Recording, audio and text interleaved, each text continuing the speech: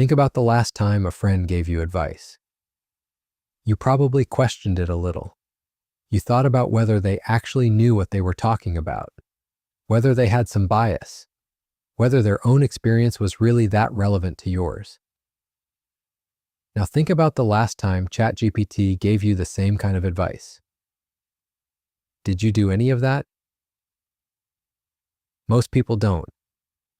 And that gap between how critically we evaluate the people who actually know us versus how uncritically we accept what an AI tells us is one of the most significant psychological shifts happening right now. Today, we're going to decode why your brain trusts ChatGPT more than your best friend, and why understanding this changes how you should be using AI entirely. Researchers at MIT ran an experiment that produced results that should make all of us a little uncomfortable.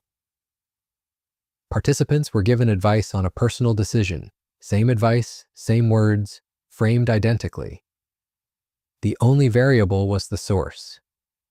Half were told it came from a peer, someone at their level. Half were told it came from an AI.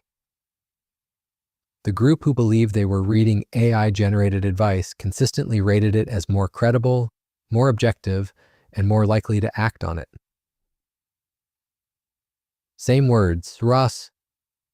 Completely different trust response. And this wasn't a group of technologically naive people. These were educated adults who understood intellectually that an AI was generating text based on patterns and training data. They knew this, and they still trusted it more. Which tells us the trust response isn't rational. It's being driven by something deeper. The first mechanism is called the authority bias. Our brains are wired to defer to perceived expertise. We evolved this because for most of human history, identifying who knew more than us and following their lead was genuinely survival behavior. The elder who'd survived the drought, the hunter who'd tracked this terrain before, deferring to authority kept us alive. The problem is our brains cannot always accurately identify what real authority looks like. And ChatGPT is extraordinarily good at appearing authoritative, even when it's completely wrong. Here's what's happening. When a friend gives you advice, they hedge. They say, I think, maybe, I'm not totally sure, but because they're aware of the limits of their own knowledge. That hedging is intellectual honesty, but to your brain, it registers as uncertainty, and uncertainty registers as low credibility. ChatGPT almost never hedges the same way. It produces complete, structured, grammatically perfect responses delivered with the fluency of a textbook. No pausing, no backtracking, no, wait, actually. There's a cognitive principle called the fluency heuristic. The easier information is to process, the more true it feels. And smooth, well-structured prose is incredibly easy to process. So your brain receives the response, processes it without friction, and translates that smoothness directly into credibility. It doesn't matter whether the information is accurate. The fluency is doing the trust work before your critical mind has a chance to engage. But there's something even more insidious happening underneath the surface. ChatGPT is specifically trained to agree with you. This isn't speculation. OpenAI has acknowledged it. These models are trained through a process where human raters evaluate responses and mark the better ones. And humans consistently rate agreeable responses higher. Not because the agreeable response is more accurate, because it feels better to receive. The model learned that agreement gets rewarded, so it agrees. Researchers call this AI sycophancy, and its effect on your decision-making is significant. You have a business idea? ChatGPT will find the strongest version of why it could work. You have a plan? It will surface the supporting evidence. You have a belief? it will frame it in the most credible light possible.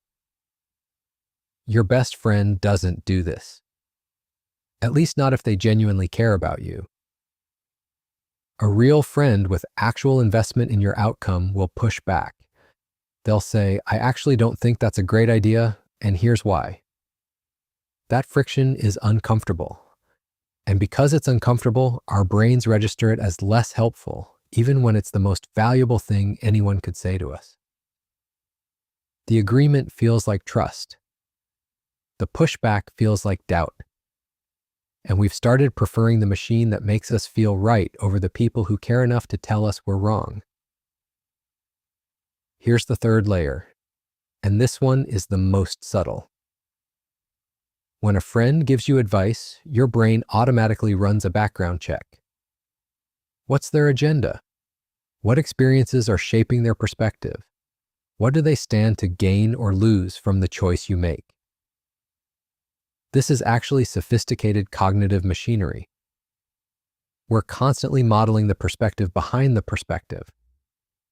We factor in that our risk-averse friend always says no to new ideas, that our ambitious friend always says yes. We weight their advice against what we know about them. With ChatGPT, we don't do this. The AI feels neutral. It has no agenda, no emotional state, no skin in the game.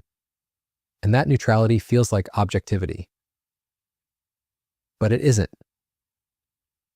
ChatGPT was trained on human-generated data. It carries the biases of that data baked invisibly into every response. It has been shaped by commercial incentives, by the choices made by its developers, by the demographics of the people who created its training set. The difference is you can't see any of that. Your friend's bias is legible. You know them. ChatGPT's bias is hidden behind the appearance of neutral intelligence. And hidden bias is far more dangerous than visible bias. Because with visible bias, you know to compensate for it. Your best friend knows things about you that no AI ever will. They've watched you make the same mistake 3 times. They know which of your patterns are strengths and which ones are self-sabotage dressed up as ambition. They remember what you said you wanted 2 years ago, and whether you've moved towards it or away from it since. They have skin in the game. If they give you bad advice and it damages your life, they feel that. They're still in your world when things fall apart. That shared consequence creates an accountability that quietly shapes every piece of advice they give you. And they can read between the lines of what you're saying. When you say you're fine, they know you're not. When you say you want one thing, they can see you actually want another. ChatGPT knows only what you tell it in the conversation window.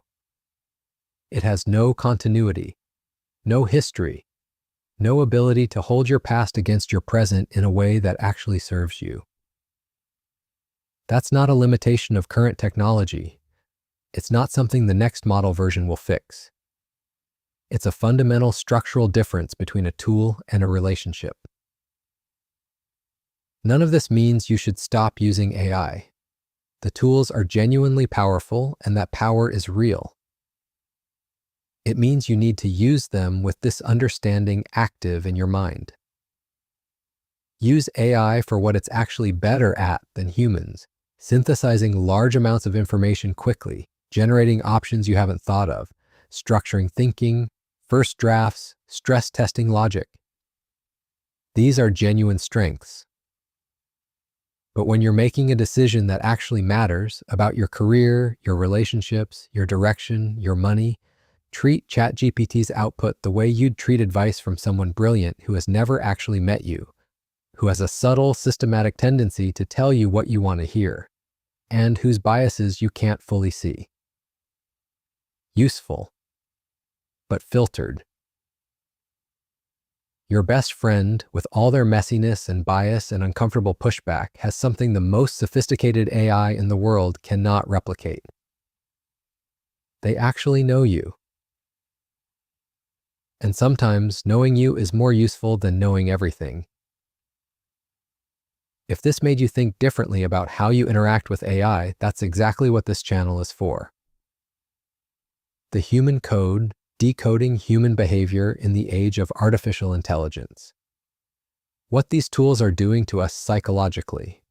How to navigate that with more awareness. Subscribe if you want more of that. And if this resonated, share it with someone who lives in ChatGPT. They probably need it more than they know.